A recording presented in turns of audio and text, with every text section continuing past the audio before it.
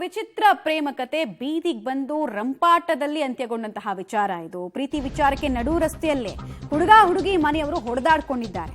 ಹುಬ್ಬಳ್ಳಿಯ ಸೆಟಲ್ಮೆಂಟ್ ಪ್ರದೇಶದಲ್ಲಿ ಮಹಿಳಾ ಮಣಿಗಳ ಜಡೆ ಜಗಳವನ್ನು ಕಂಡು ಸಾರ್ವಜನಿಕರು ಬೆಚ್ಚಿ ಬಿದ್ದಿದ್ದಾರೆ.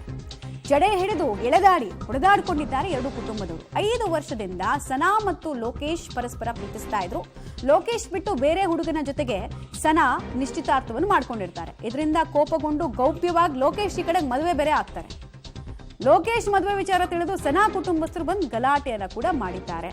ಬೆಂಡಿಗೇರಿ ಪೊಲೀಸ್ ಠಾಣೆಯಲ್ಲಿ ಈ ಕುರಿತು ಪ್ರಕರಣ ಕೂಡ ದಾಖಲಾಗಿದೆ. ಲೋಕೇಶ್ಗೆ ಕೈ ಕೊಟ್ಟು ಬೇರೆ ಹುಡುಗನ ಜೊತೆಗೆ ಸನಾ ನಿಶ್ಚಿತಾರ್ಥ ಮಾಡ್ಕೊಂಡ್ರು ಅಂತ. ಓಕೆ, ದೃಶ್ಯಾವಳಿಗಳನ್ನ ನೀವು ನೋಡ್ತಾ ಇದ್ದೀರಾ.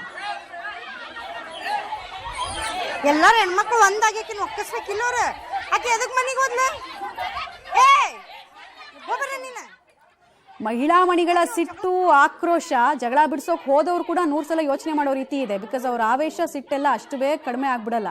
ನೋಡ್ತಾ ಇದ್ದೀರಾ, ಕೈಗೆ ಸಿಕ್ಕಿದ್ನೆಲ್ಲ ಇಟ್ಕೊಂಡು ಅಲ್ಲಿ ವಾರ್ ಸ್ಟಾರ್ಟ್ ಮಾಡಿದ್ದಾರೆ. ಹೇಗೆ ಮಾತಿಗಿಂತ ಹೆಚ್ಚು ಅಲ್ಲಿ ಕೈ ಮುಂದೆ ಬರ್ತಾ ಇದೆ.